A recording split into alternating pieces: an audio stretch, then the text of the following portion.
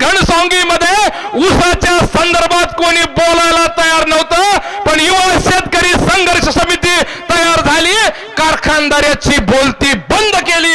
एवढी ताकद तुमच्या आमच्या मनामध्ये पेटलेली आहे मित्रांनो. राहिला प्रश्न तुमच्या आमच्या विचाराचा.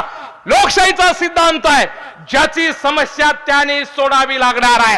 अरे मित्रांनो, ऊसाची समस्या आपली आहे. राबणाऱ्या, रक्ताचं पाणी करणाऱ्या, हाडाची काडी करणाऱ्या, ज्याने पूर्ण आयुष्य शेती आणि मातीशी बांधून टाकलंय, त्या शेतकऱ्याला आम्ही गुलाम करून टाकलेला आहे. म्हणून लोकशाहीचा सिद्धांत आहे, स्वतंत्र भारतामध्ये गुलाम लोकांच्या समस्या असतात.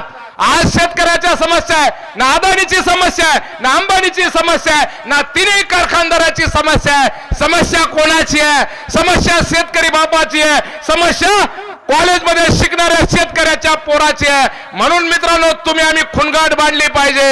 ही एकीची शक्ती, एकीची ताकद दाखवून दिलेली आहे तुम्ही. आणि येणाऱ्या काळामध्ये इशारा काय या सभेचा? ही सभा कशासाठी आहे? हे ना मनोरंजन आहे, ना हा विनोद आहे, ना टाइमपास आहे. आणि तुम्हाला आम्हाला प्रश्न पडला पाहिजे, आम्ही कोणत्या पक्षाचे? आता सगळ्याचा प्रश्नच क्लिअर करतो. आम्ही कोणत्या पक्षाचे? ना आम्ही कोणत्या पक्षाचे, ना आम्ही कोणत्या पिलाचे. अरे आम्ही राबणाऱ्या शेतकरी बापाचे आणि शेतकऱ्याच्या हिताचे मित्रांनो.